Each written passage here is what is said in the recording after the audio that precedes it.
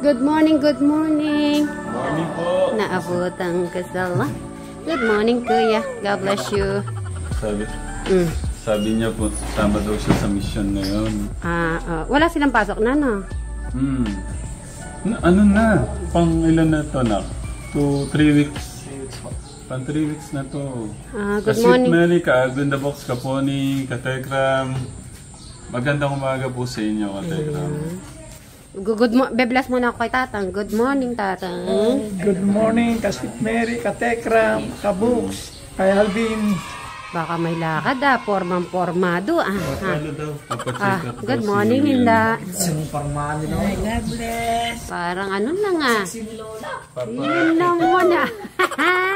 Pakiulit. Makikiskit at tuloy. Ito naman. Pasyada. Sasama daw sa mission yung apo niyo. Ha? Sasama daw sa mission. May mission ka ngayon na. Kasama. Ikaw yung ikaw yung ako na lang cameraman nga. Oo. Tanang Yan yung tagasalita mo. Talo na yung tatay. Ako na lang cameraman mo na. Maano na iisip ngayon? Di ba nandun tayo daan? Tapos nag-iisip siya para daw makatulong na kay tatay. Alam mo ba yung balahibo ko, tumatayo pati laman. So sabi ko, si Kuya din, no? Magba-birthday na siya. So magsi-16 na siya, di ba? So habang tumatagal, yung utak niya, ganun. And then, nun pa. Ganyan yung mga yan. Sige Hinda, ingat kayo. Ganon. Ganyan yan. Doon pa nga sabi nila, pagka nakatapos na kami tayo, bibilang ka naming magagandang kotse. Ilang year na lang yan. Hindi, kahit ba pangarap lang, masaya. Sarap sa pakiramdam. Kahit di naman na, makita ko lang kayong successful, okay na kayo.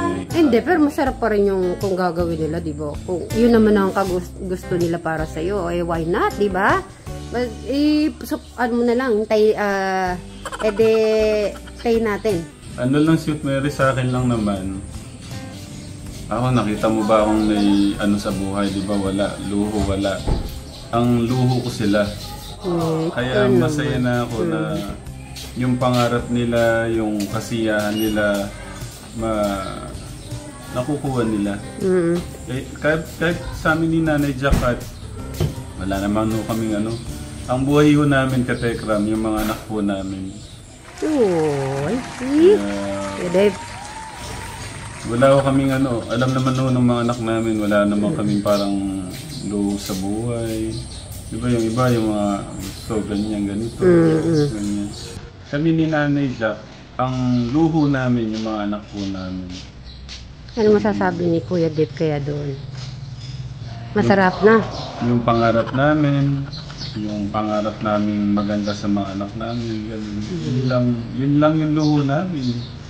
Kasi iniisip namin, paano namin magbibigay yung magandang picture, ganun ba?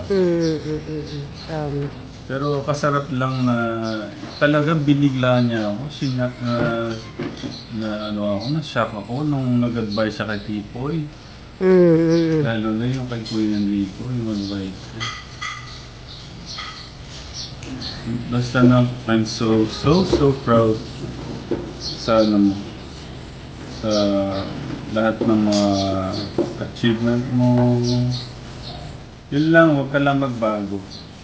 Kahit wala kang mabilisanan, mangarap siya maganda sa amin. Yun lang puso mo, sapat na sa akin.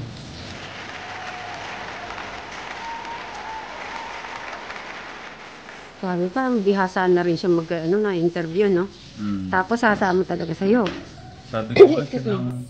Sabi ko nga siya ng salang ngayon. Habang wala silang pasok. Hindi naman, naman siya. Okay naman siya mas lalo pa niya matututunan. Magaling pa nga sa akin mag-interview Mahasa siya. Hindi, tsaka ang galing niyang magsalita. Para si Tito Jun. Nakuha niya yung kaya gusto ko yung mga anak ko maging masipag sa pag-aaral. Ginagawa natin lahat kahit papano, yung kanilang yung edukasyon, mas kasi gaya ko talaga.